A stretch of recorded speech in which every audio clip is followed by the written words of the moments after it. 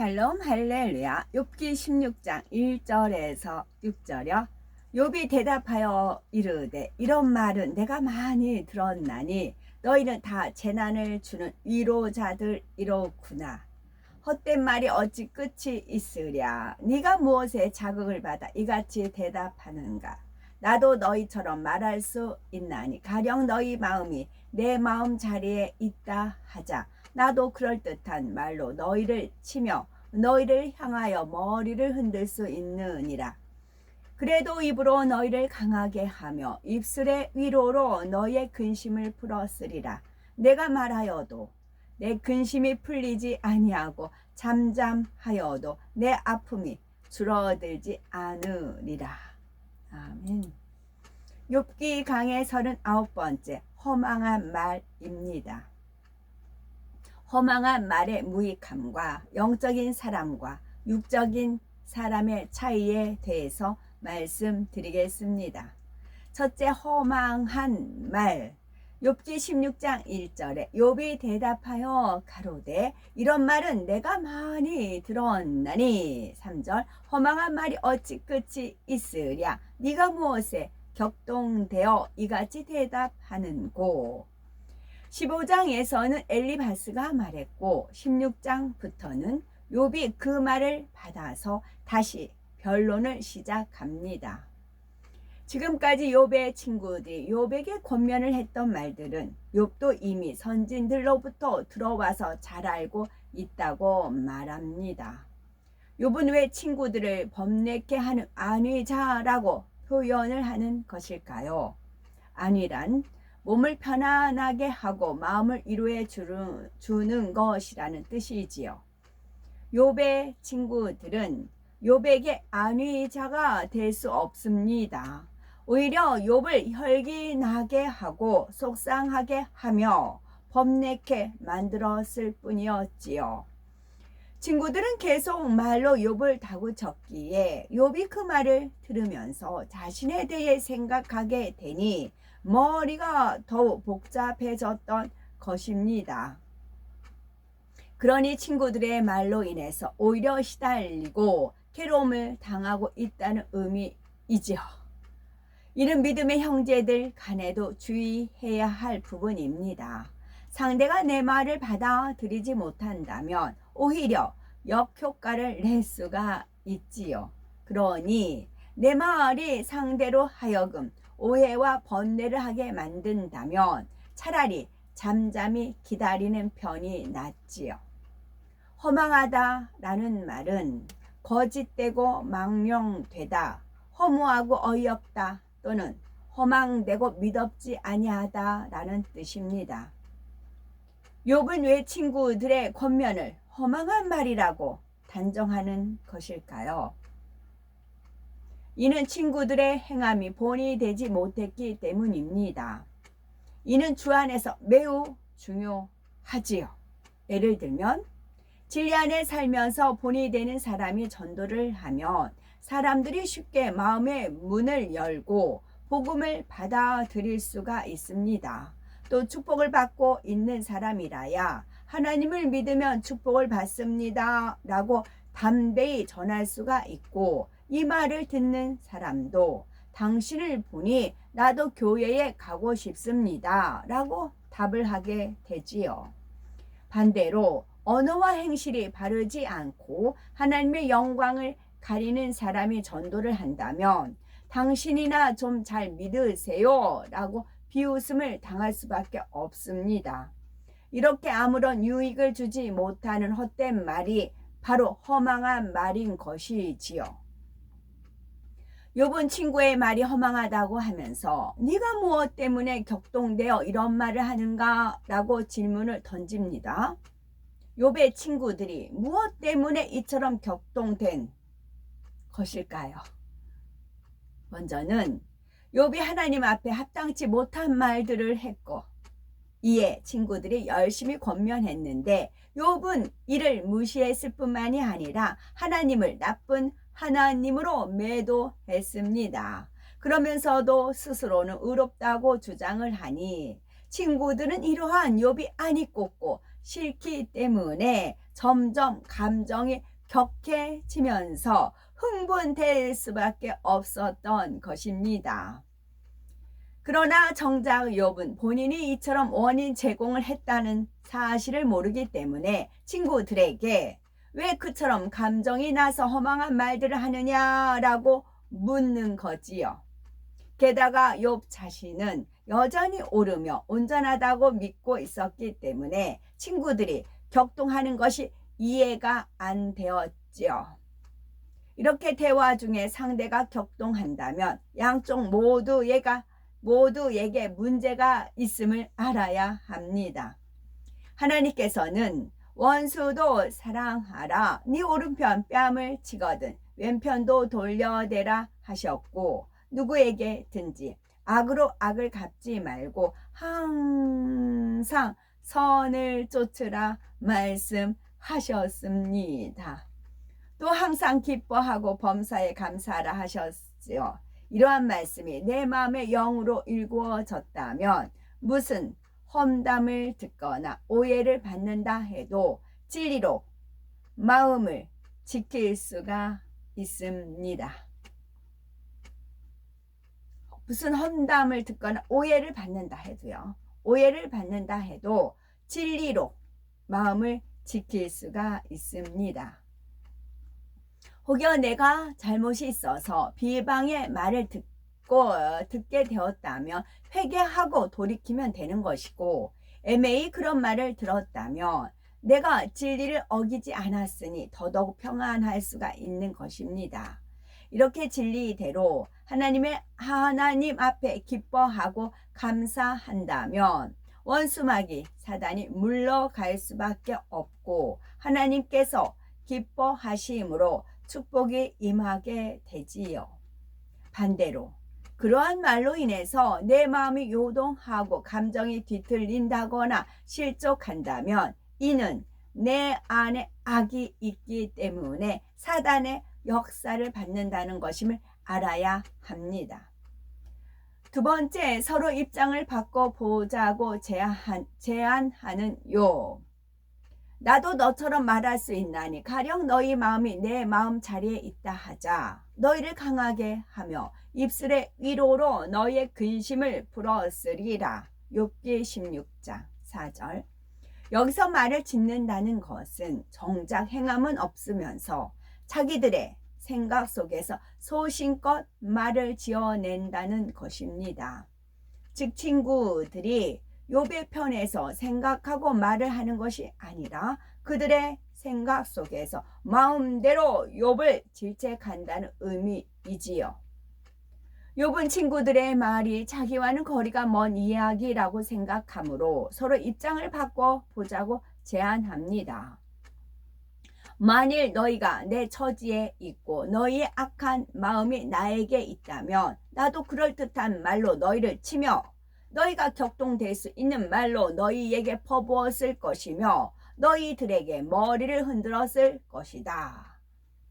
그렇지만 욥은 오히려 그들에게 여러 가지 격려의 말로 힘과 위로를 주며 근심을 덜어주었을 것이라고 말합니다. 이는 예전에 욥에게 이러한 선의 행함이 있었기 때문에 할 수가 있는 말입니다. 욥이 연단 받기 전에는 비록 영적인 행함은 아니었다 해도 육적으로는 선과 사랑을 베푸는 행함이 있었죠. 그래서 친구들아, 너희들은 행치도 않으면서 나에게 이래라 저래라 이것이 잘못이다 저것이 잘못이다 지적하고 있지만 나는 행했기 때문에 너희에게 이렇게 말할 수 있다. 내가 시험을 받기 전이라면 너희를 강하게 할 수 있고 너희의 근심을 풀어줄 수 있었을 것이다 라고 말하는 것이죠. 욥의 편에서는 옳은 말을 하는 것 같지만 이는 친구들을 더욱 격분하게 만들 뿐이었습니다. 친구들은 얼마나 격분이 심했는지 온몸을 떨고 머리를 흔들 정도였지요. 친구들이 볼 때 현재의 욥은 그러한 말을 할 자격이 없기 때문입니다. 친구들의 눈에는 욥이 하나님께 저주를 받아서 엉망진창이 되었는데 회개하기는커녕 오히려 하나님께 변론하며 친구들을 업신 여기는 모습이었지요. 그러니 욥이 아무리 좋은 말을 한다고 해도 귀에 들려오지 않는 것입니다. 욥은 자기가 옛날 같았으면 친구들을 강하게 할 수도 있었으며 근심을 풀어줄 수 있었다고 하였는데 이는 앞뒤가 안 맞는 말입니다. 앞뒤가 안 맞는 말.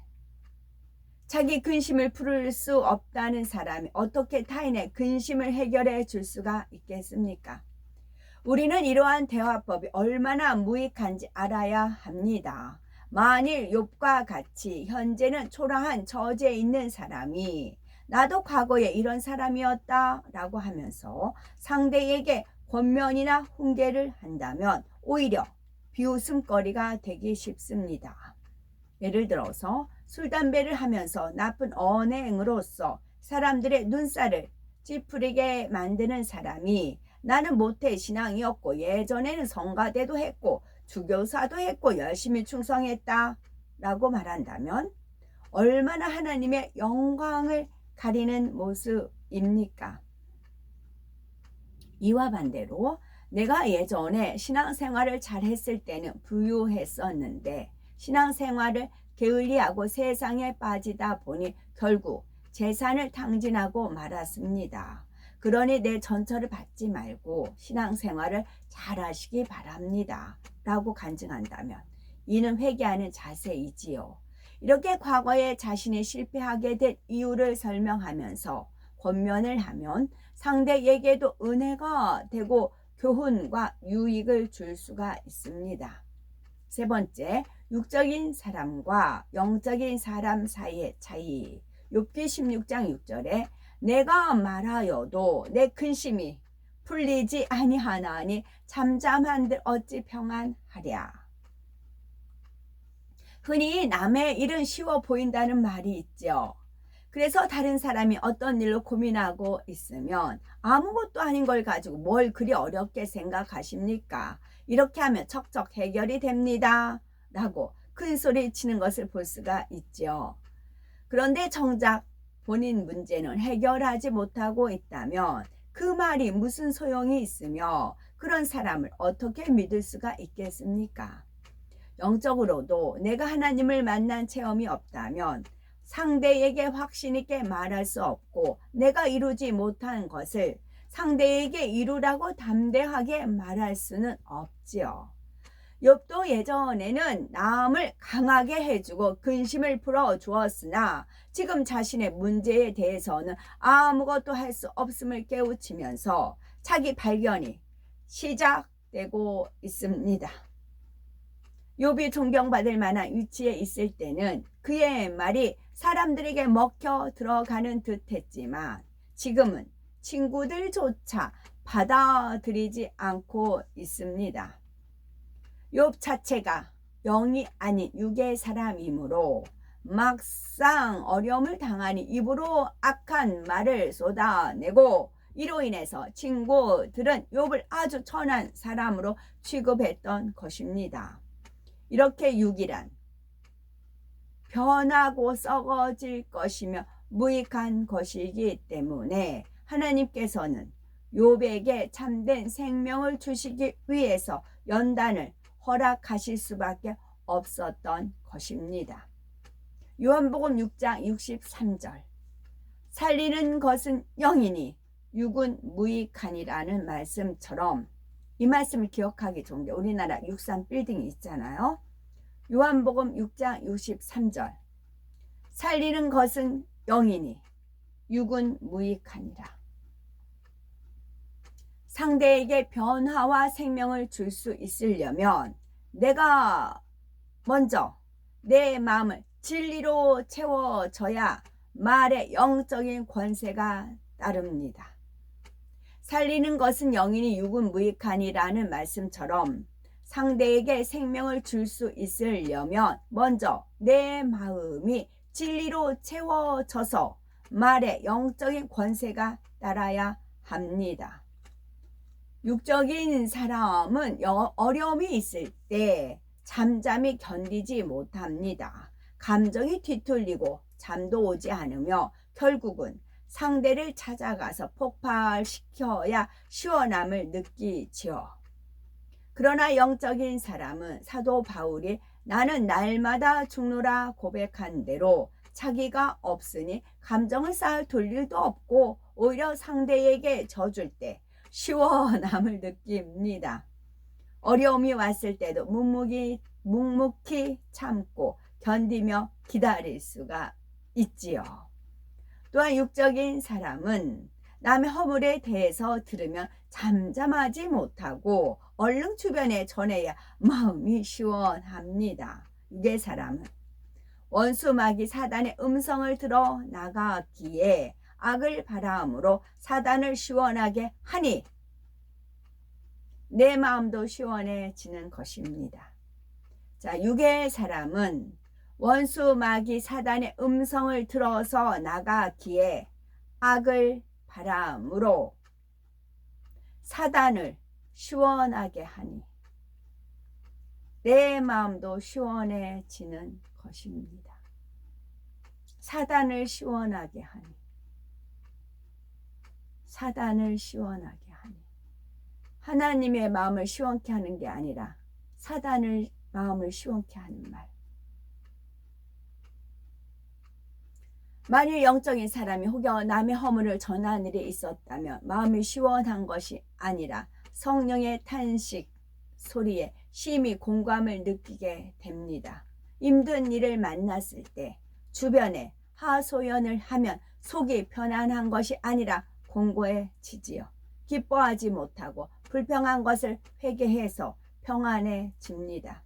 육적인 사람과 영적인 사람은 이렇게 정반대이지요.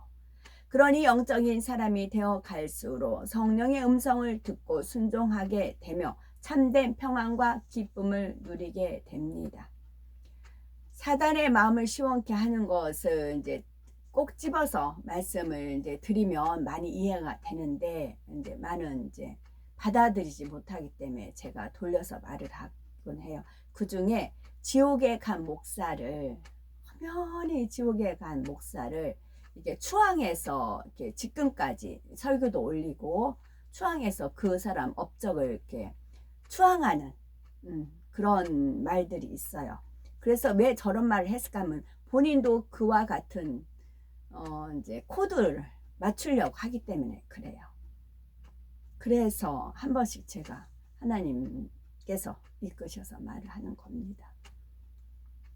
우리는 보통 이제 보이지 않는 거죠. 말은 보이지 않아요. 그죠? 말은 보이지 않아요. 그런데 영으로 들어가고 하나님을 정말 사랑하고 하나님을 경외하면은 악은 모양이라도 버릴 뿐만 아니라 악을 미워하는 거라고요. 그래서 다른 사람이라도 좀 각성하시고 조심하시라고 제가 말을 하는 겁니다. 사단을 시원케 하는 말이 있고 하나님을 시원케 하는 말이 있어요. 그러면 사단을 시원케 한다는 건 뭐예요? 하나님은 고통스럽다는 거예요. 하나님, 그래서 사단은 자꾸 사람들을 사주해서 그런 사람 말을 자꾸 하게끔 한다고. 그래야 지가 통쾌하거든. 하나님이 괴로워하는 게 통쾌하거든요. 욥은 영적인 사람이 아니었기에 잠잠하며 고통스러웠으며 악을 입 밖으로 쏟아내야 했습니다. 그래도 마음에 선이 있기 때문에 자신이 뿌린 말들로 인해서 갈수록 공감을 느끼고 있습니다. 이처럼 사람이 입술로 부정적인 말을 심어 나가면 스스로 올무에 매는 결과를 가져옵니다. 잠언 13장 2절 사람은 입의 열매로 인하여 복록을 누리거니와 말씀했고 잠언 18장 21절은 죽고 사는 것이 혀의 권세에 달렸나니 혀를 쓰게 좋아하는 자는 그 열매를 먹으리라 말씀합니다. 우리가 이러한 말씀을 명심하여 부정적인 말을 멈추고 진리 안에서 자꾸 긍정해 나가면 상황을 유리하게 바꿔 나갈 수가 있습니다. 그러므로 범사의 입술을 제어하여 오직 긍정적인 고백, 믿음의 고백, 선의 고백을 하는 지혜로운 복된 우리가 되셔야 되겠습니다. 말라기로 끝나고 세례 요한까지 400년의 그 뭐 선지자가 없는 공백 기간이 있다. 이제 그런 말을 제가 들었어요. 그랬을 때 하나님 입장에서 보면 세울 사람이 없는 겁니다. 세우면 뭐예요? 공을 들이면 뭐예요? 변질되는데, 부패해 버리는데, 썩어 버리는데. 그런 안타까운 하나님의 마음을 또 살짝 보여주시더라고요. 아멘.